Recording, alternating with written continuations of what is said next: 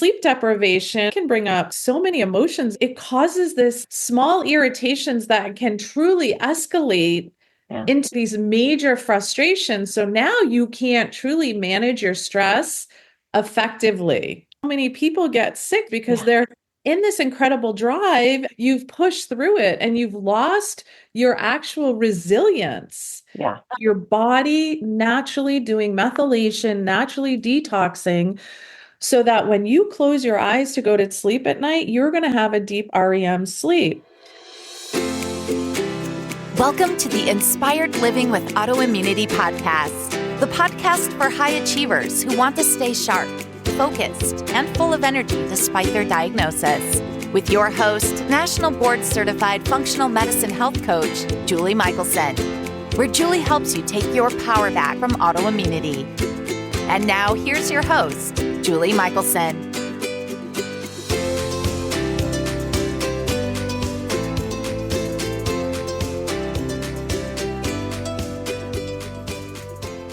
Welcome back to the Inspired Living with Autoimmunity podcast. I'm your host, Julie Michelson, and today we're joined by Dr. Holly Donahue, a licensed board-certified naturopathic doctor dedicated to helping individuals find joy in good health and achieve their full potential. With over 17 years of experience, she focuses on personalized preventative care to support balanced and healthier lifestyles. Her passion for naturopathic medicine stems from her own health journey nearly 30 years ago when she experienced severe headaches, hormonal imbalances, and depression. Dr. Donahue runs a full-time clinic in New Hampshire where she works with patients daily, guiding them toward healing their bodies naturally. She's also the founder of Simple Health and offers a trusted resource for those seeking natural health solutions. She believes that better health is within reach for everyone and is committed to guiding patients through their wellness.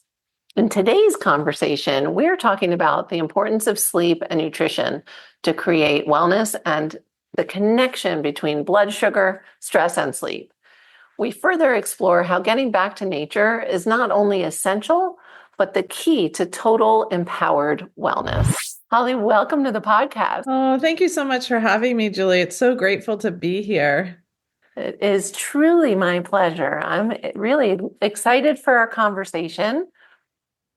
And I would love for any of my listeners that aren't already familiar with you, which hopefully most of them are, I would love for you to share a little bit of your journey of how you became an expert in the wellness space. Was this a lifelong passion and dream? So no, and you'll love my story. So when I was 16 years old, I had severe depression and severe PMS, menstrual cycle, horrible cramps. Like I just used all my energy throughout the week to actually function. And then on weekends, I would sleep and then I would get up and I would do it again. And I did really well in sports and school.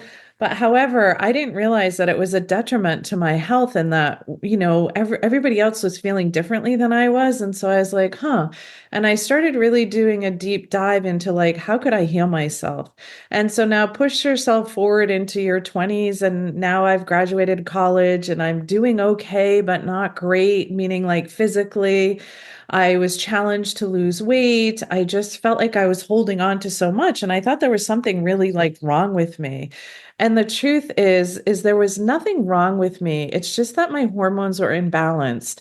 How it started was when I was 18, I went and I saw my gynecologist, right? You get your yearly exams at that point once you start cycling.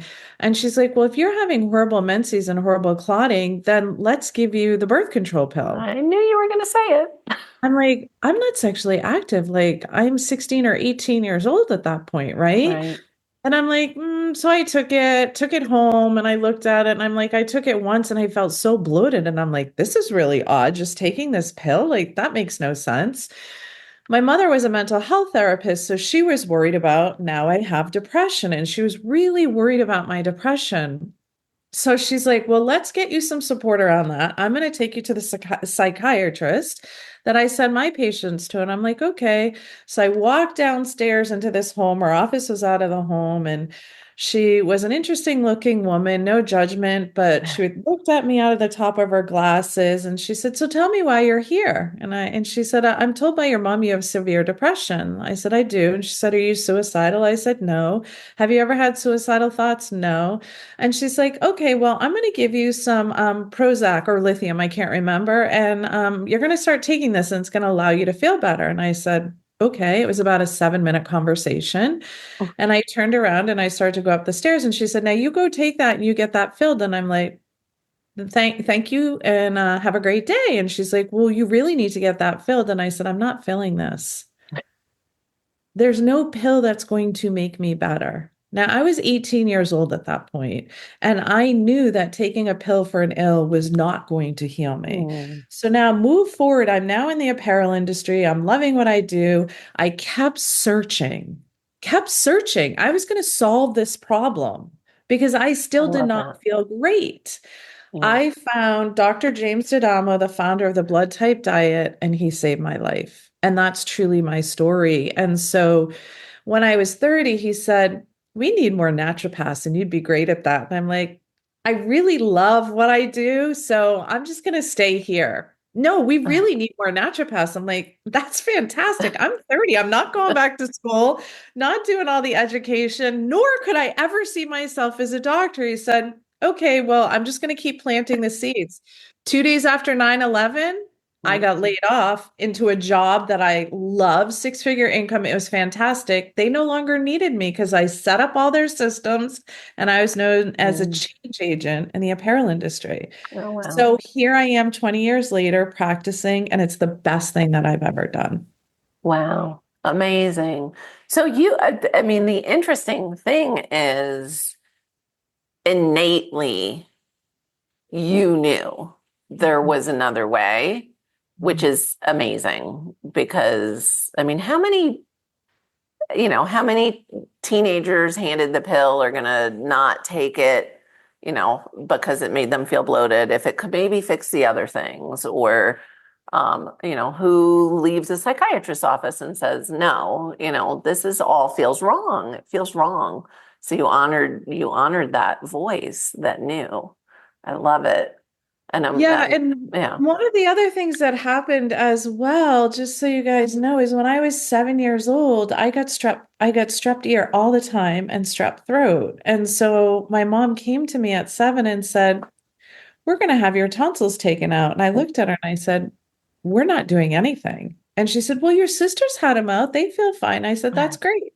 I said, "Nobody is going to cut me and take anything out of my body." And she goes, "But honey, you're going to feel better." And I said, "You're not selling me on this. You can cancel that appointment because I'm not going." And I walked away. Now that was 7 years old. So like Okay. So something had this message. yes. Yeah. Oh my gosh, that's amazing. I mean, seriously, that's really pretty unheard of. And so, I'm glad you enjoyed your time in the apparel industry, but clearly you are doing what you were supposed to be doing. That's good. I know. I mean, and you do too. How many adults do you know that shush the voice, right? They're told they're to be polite, or they have the doctor's the expert. So they say, "Take a pill." I'm going to take the pill. I don't know. That's amazing. How's your depression now? I have no Like depression. I depression. have not had depression since I was 30 years old, probably 28 once he started. So people are going to be like, "Well, what did you do?" He fixed my thyroid. I Mm. stopped eating food that was not good for my body. I started exercising first thing in the morning instead of in the evening. I slept better. I just changed my whole lifestyle and I began to learn what my body needed. Yes. Underscore my. Because I love that you see, it is true. People are like, "Well, what did you do?" "I'll do that." And, that then I'll be healed. And it's like, well, yeah, I mean, there is an umbrella. You need to hit those things: the sleep, the exercise, the food, the stress, all of the things. But it's going to look different for each of us. So I love that. Um, I know that by the time this is airing, you have recently come off your blood sugar summit and you've been running all these amazing programs. I want to talk because we really haven't spoken. And to me, there's such a direct connect between autoimmunity and obviously inflammation, and blood sugar. So I want to talk a little bit about, or a lot of it, really want to talk about sleep, but then also including this, what does what you're eating have to do with sleep? Because usually by the time someone finds me or you, they're in a cycle, they're not sleeping well, they're not eating well. It's this, chicken, egg. It's not pretty. So can you share with us a little bit about, the importance of sleep? And I think everybody understands the importance, but like really, what role is it playing in this path to wellness? Yeah, so such a good question because one of the first things that I want to say is what you mentioned. Like, I figured out what worked for me. I created my vision for my health, and then I leaned into my naturopath at the time to help support me. Mm-hmm. And so when we're looking at whole health like we do in the natural medicine world, it's I think of the seven pillars of wellness. Not only including like your vision of where you're feeling, but we're also looking at physical, gut health and brain, your mental, your emotional, and your sleep. And so, Julie, when you asked me this question, the first thing that comes to my mind is that all of those pillars that I just talked about really provide a natural approach to healing, right? Mm-hmm. So it's the physical symptoms that brings the patient often to the clinic, but Sure. then it's up for me to get to the root cause of really what's going on. So, and by the time patients get to me, I always get this comment. It's really interesting. You're my last resort. Mm-hmm. So when I think about sugar and I think about sleep, the first thing that I want to talk about briefly is the foundation of your medicine and who you are is your nutrition. Mm. Yes, it's your genetics, knowing your genetics and its understanding, but we also know that from the external world, we can affect our genetics called epigenetics, Right. right? But if we know, like I learned, what nutrition works best for me, I Mm-hmm. don't have a label on it. I don't have to Right. say I'm It's just keto. yours. Yeah. Yeah, I don't have to say I'm any of these. However, what I know that works for me personally is high protein, high veggie, fats and like no grains, right? Right. But I had to figure that out. So, Right. what I want to empower each listener here is one of the things I talk about is how can you begin to learn your own body and how can you feel the energy from the foods that you're eating? When you eat a balanced nutrition, you're going to naturally balance your blood sugar. Yeah. So, what does blood sugar have to do with sleep and the foundation of who we are? Unfortunately, many of us are running around in a dysregulated environment. Our Mm-hmm. nervous system is in the sympathetic, the fight or flight, the go, go, go. We're human doings. We're running. We're not being in our body. We're not taking the time to be in the parasympathetic, which is the rest and the digest and the yin and the breathing. So we're in that cycle of running, especially coming into the seasons that we're in, depending on when this Mm-hmm. is actually put out Yeah. into, It will be. right? Yeah. So yeah, so you're in this hustle and bustle and you're not stepping back and being like, what's important to me? Cortisol balances both blood sugar and sleep.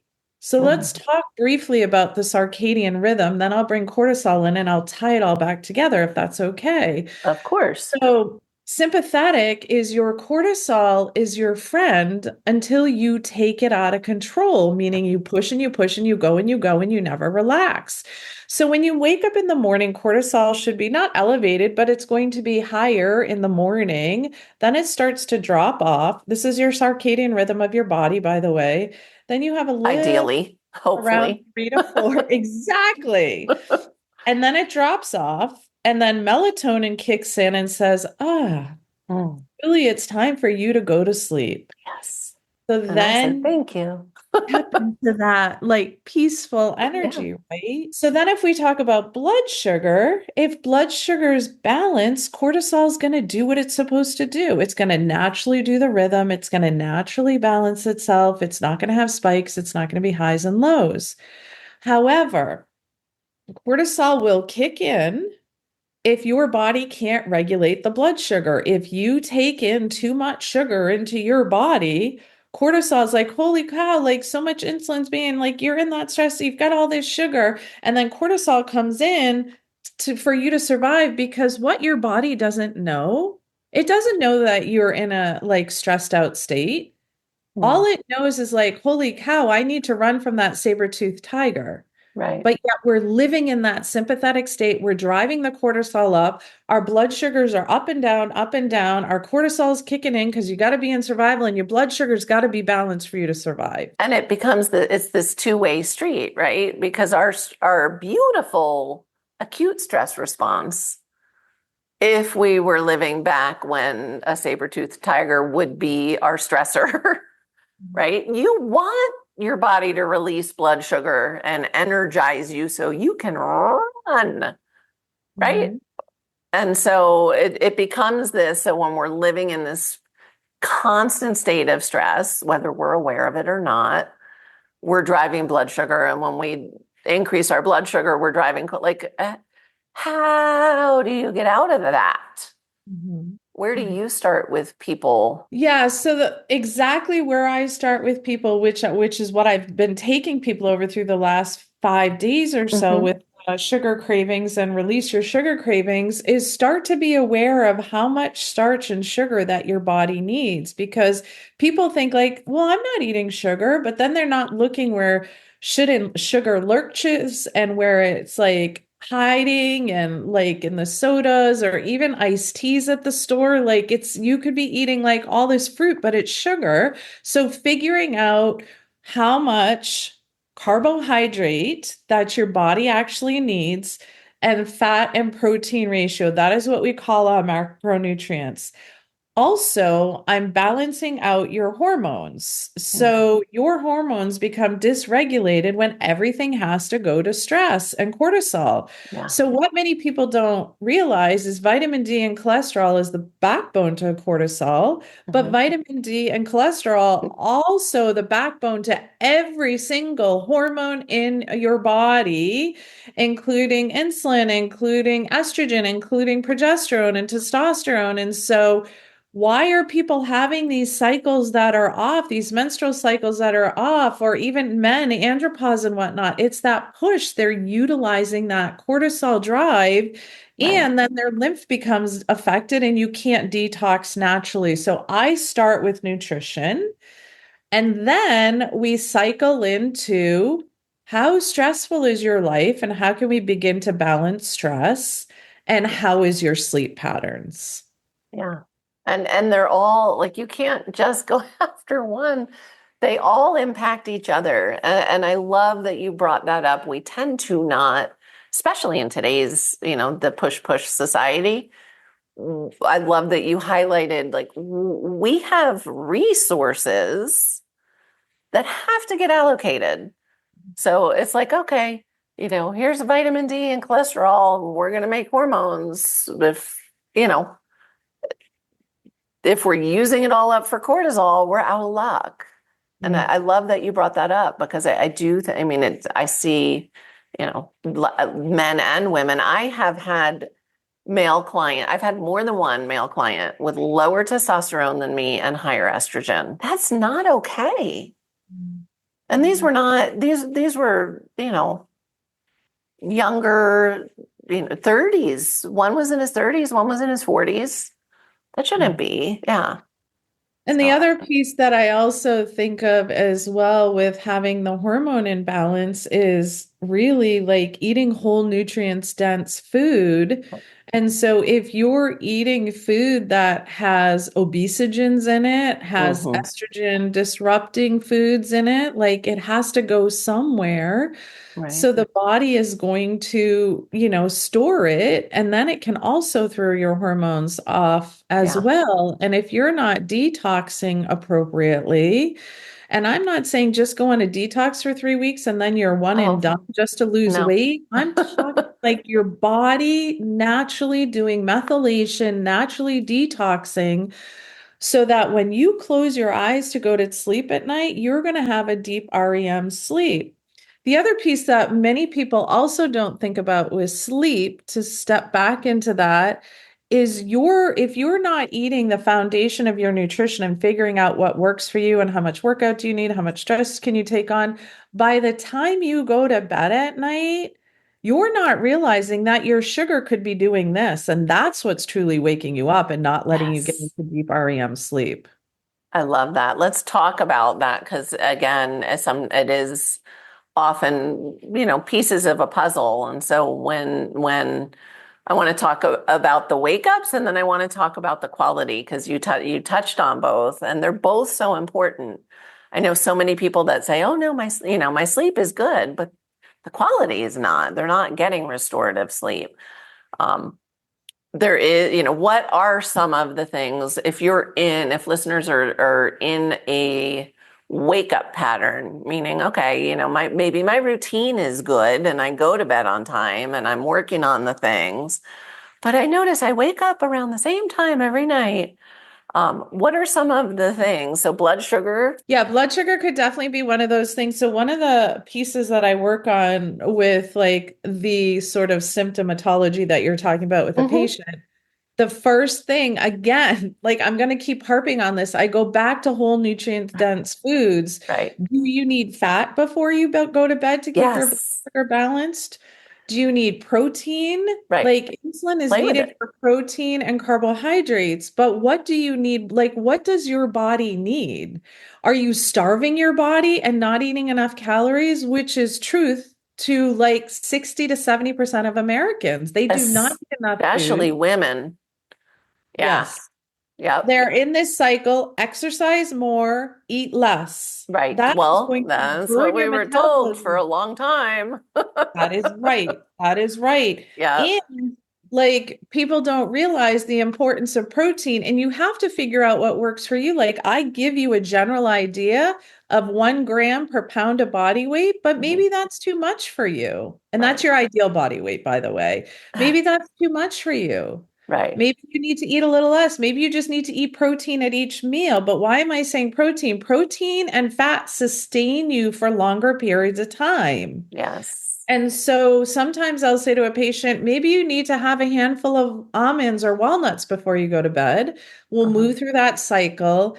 I'm sleeping a little better, but still not. Okay, well, what is your meal? When did you last eat? Try to Yeah. not eat 2 to 3 hours before bed so your food is digested, so you're not digesting and being woken up. Like these are all real pieces. Like I don't just say, eat this and you're going to sleep. Right. Yeah. So if you don't eat the right balanced nutrition for your body, like Julie was saying, your blood sugar can drop at night and Yep. it's going to wake you up Yep. because now cortisol is going to kick in and it's like alarm, alarm, alarm, alarm, alarm. And so then you're like, whoa, why did I wake up? Yeah. Right. Or Yep. if you are challenged with doing your sleep, sorry, I teach people what is your sleep ritual before you go to bed? Yes. Are you looking at blue lights before you're going to bed to stimulate your eyes? Mm. Like, are you looking at a phone? Are you having disruptive conversations where you're going to solve the problem throughout the night because you couldn't solve it? Yeah. Like, what does that look like? You want to get as much into a calm state and be as grounded as you can before you go to bed. Yeah. If you're someone that lives in your head, I sometimes suggest people buy earthing mats, grounding mats to help Yeah. ground them for sleep. I think that's brilliant. I know people always laugh at me when I'm like, all right, we're going to start working on sleep. And the first thing I have people do is start getting morning sunlight in their eyes. And they're like, wait, I thought we were working on sleep. Back to circadian rhythm. Guess what? It starts first thing in the morning. I always think of, when we think of circadian rhythm, it's the same with all the things: stress, food, circadian rhythm, sleep, all right. If we think of, back to times when we're running from a tiger, what did the day look like? Like, we know light drives our circadian rhythm, and we know that with technology, it's just like with stress. Like, if you are not being intentional about doing things to compensate for today's world, you're not going to be nailing it, like, for sure. And think about it, just always makes me happy to think about, if you think about nighttime. When we talk about nighttime rituals, well, what were we doing at nighttime? We were sitting in front of a fire, Yeah. right? Like, we had that nice orange light. Think of sunset, think of fire. How relax, like, who gets stressed out sitting in front of a fire outside? Like, nobody. Like, we need to, I'm not saying everyone needs to go sit inside in front of a fire, but that's how, like, woven in these rituals, our bodies are designed for certain things that if we're not being intentional or missing. By the way, if you were sitting outside in front of a campfire, you would also be grounding and earthing, wouldn't you? Yes. So I think so much of it comes from, we've gotten so far away from nature Mhm. and natural rhythms and natural and real food. I mean, pick a thing. It's all, now I'm not bashing technology. I love that we're on almost opposite sides of the country and we get to have this beautiful conversation. So it's just that I know you and I are going to take steps to protect ourselves. Exactly. And I love what you said, that it's all back to nature. Hence why I Yeah. love being a naturopath. Like, getting outside in nature. Yeah. Like, even though it's starting to get cooler here in New Hampshire, it's like I'm still walking outside in bare feet until I can't. I mean, I Yeah. always can even walk in the snow, but it is a little bit more chilly and I've got to be ready for that like cold energy to like jolt me, but Sure. sometimes just might not want it, you know what I mean? But Yes. we are, so many children are behind devices, eating processed foods all the time, not able to digest the processed foods. They're getting judged on their social media channels. It's disrupting who they are and Yeah. disempowering them. And so I know that's a whole nother conversation, but it's like, get back to like people and energy and love and connection and groundedness. And then it's not always about Julie or I giving you the answers. Like, I walk through my patients and I literally am teaching them, if I can say, like, to become their own doctor. Like, what does Yes. that look like? What is the symptom? How do we solve it? Even back to like childhood, So for the sleep and the circadian rhythm, like, were you a child where you got woken up? Like, is this something that's still going on in your life? Or were you a child to like just be left alone and cry to go to sleep? Like, this can all be things that we're working through to get you to sleep more soundly, Yeah. or were you spoken to about like you eat too much and you're overweight and so you still have Or that did you message? have to finish what was on your plate? Or, I That's mean, right. there's, I know, I always say, oh my gosh. But it is because until we address some of those patterns and stories, it's hard to create true lasting change. We need to at least create the awareness of, where did this come from? Right. Right? Especially, as you said, heading into the holidays, because this, I'm guessing, will be airing between Thanksgiving and the end of the year. And even that, I mean, everybody has stories, everybody has patterns that somehow may tip toward impacting their health in a bad way. I always joke, have you met anybody? I've yet to have, we talk about like comfort foods and pattern, and all the things we have tied into food. Have you ever met anybody who said, my mom made the best salads and that's my comfort food? like, I've yet to encounter it. Hopefully, maybe my daughter. I don't know. We'll see.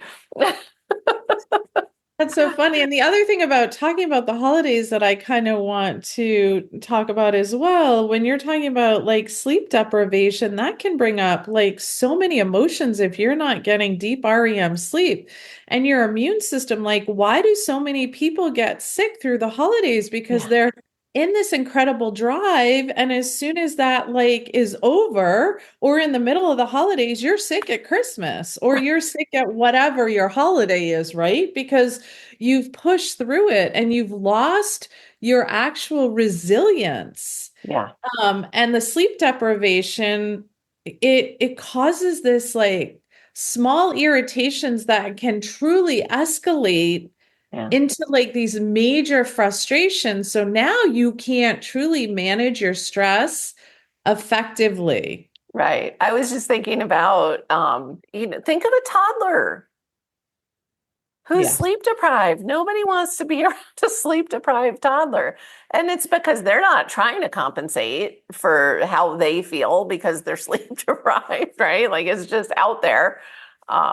We are, that's just a human without the filters, you know? So it makes sense if you, I don't know why that was the visual as you were talking. I was thinking, oh, of course, like, think of tired, nobody wants a tired, cranky baby.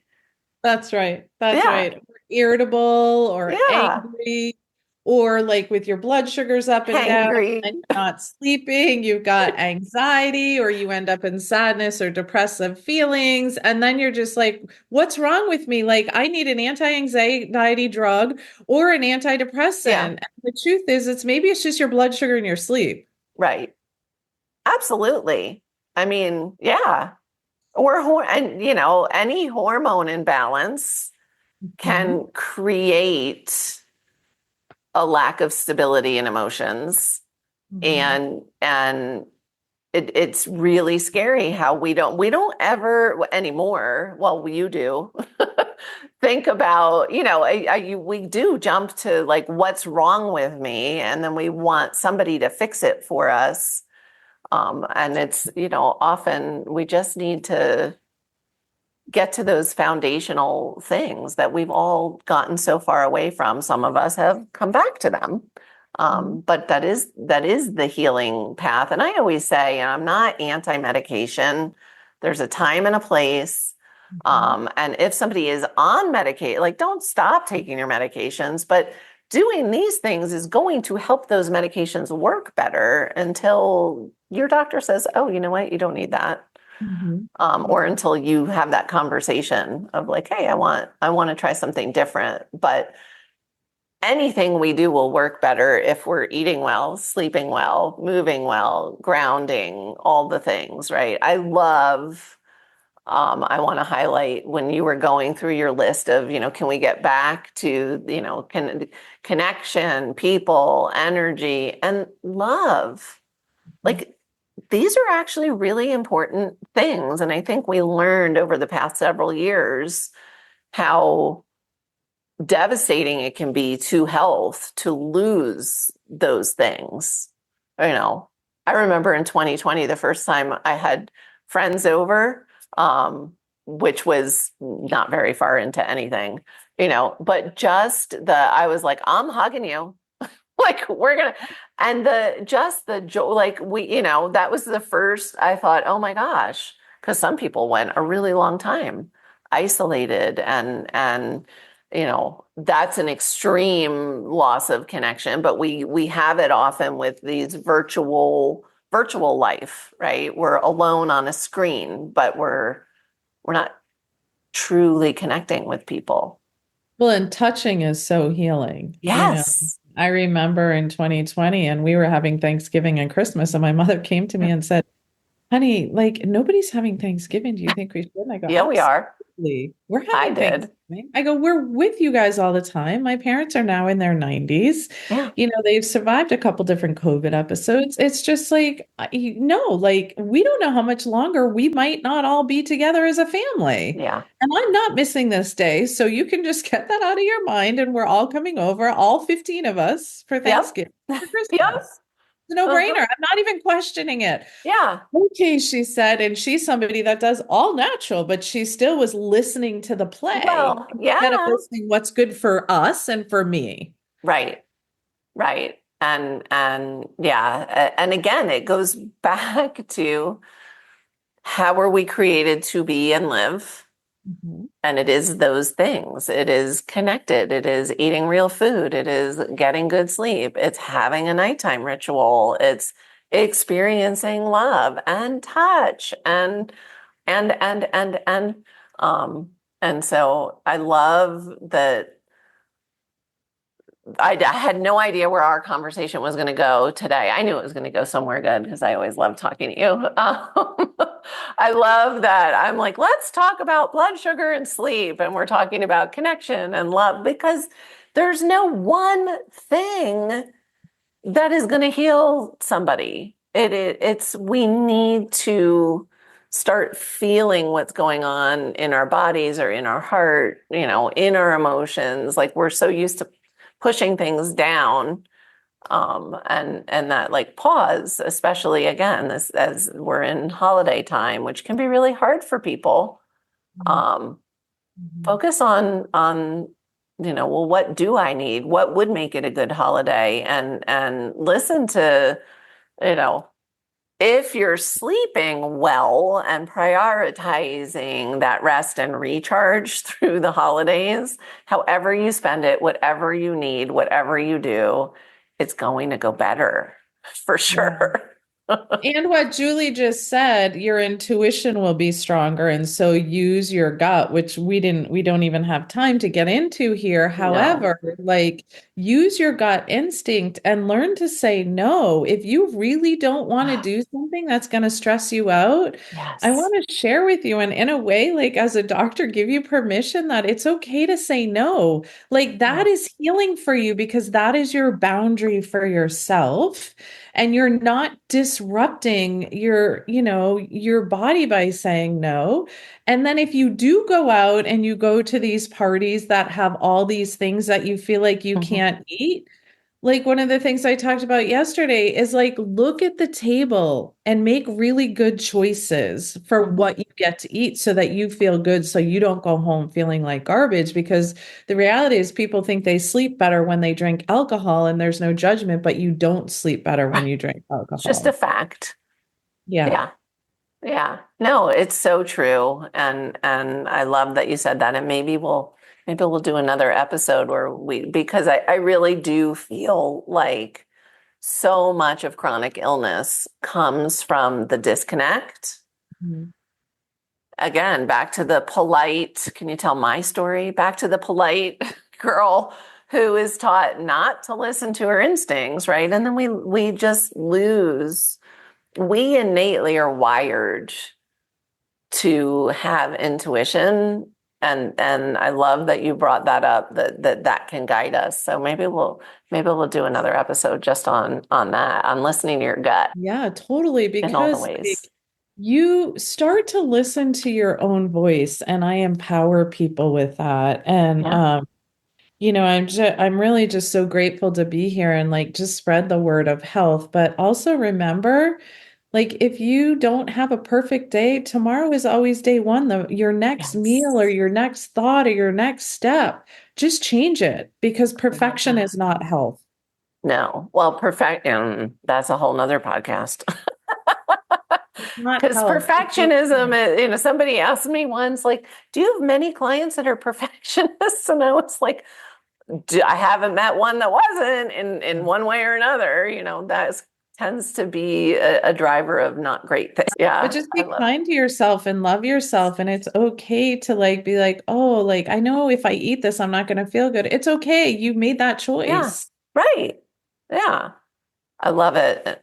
So it's empowerment and knowing, right? Like eventually, that's one of my favorite things about helping people figure out what are the foods that support them, what are the foods that don't, is, I have sometimes foods, Hmm. some things that I'm going to enjoy that on occasion, and they're not, everybody's probably thinking like ice cream. I'm talking like tomatoes, but it's different for everyone, right? Yeah. But I know, like for me, gluten is an absolute no-no. There is no gluten in the world that is worth how I am going to feel and how long I'm going to be sick.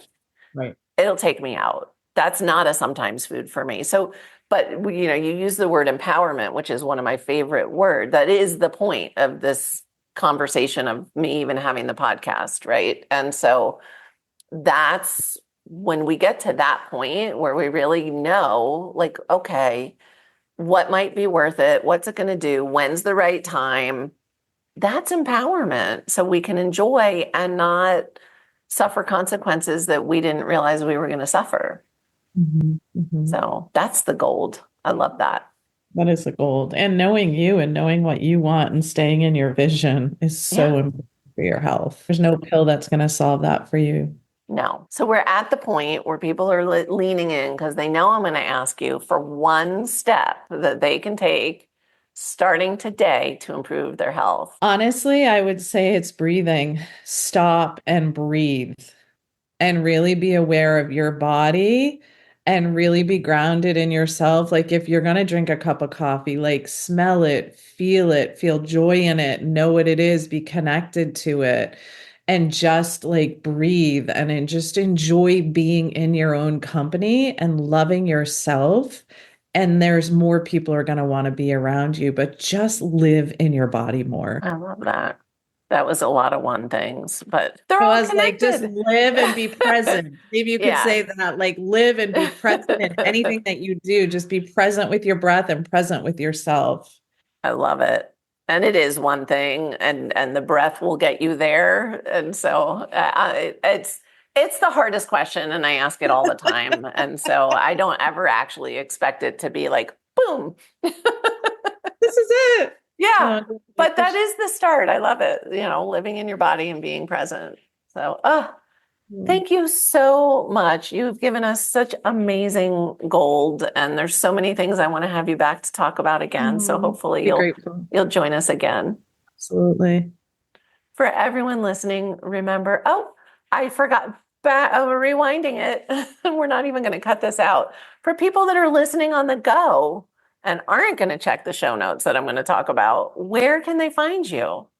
Oh, love that. So you can find me at Simple Health Incorporated online. I do blogs and everything, or you can actually email us at info@simplehealthnh.com, newhampshire.com. So feel free to reach out to us. We're always doing all sorts of fun things, and even get on our email list, and you get my weekly Raise Your Energy email that can help you with simple steps.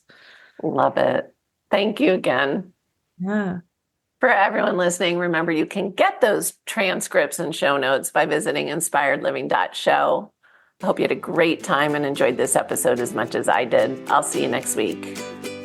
Thank you for listening to Julie Michelson's Inspired Living with Autoimmunity. Did you enjoy this episode? Please like, share, and subscribe wherever you listen to podcasts. If you'd like to get a transcript of this and every other episode, just head on over to inspiredliving.show or click on the link in this episode's description. There, you can also find everything we discussed in this episode, including links and information about our guest.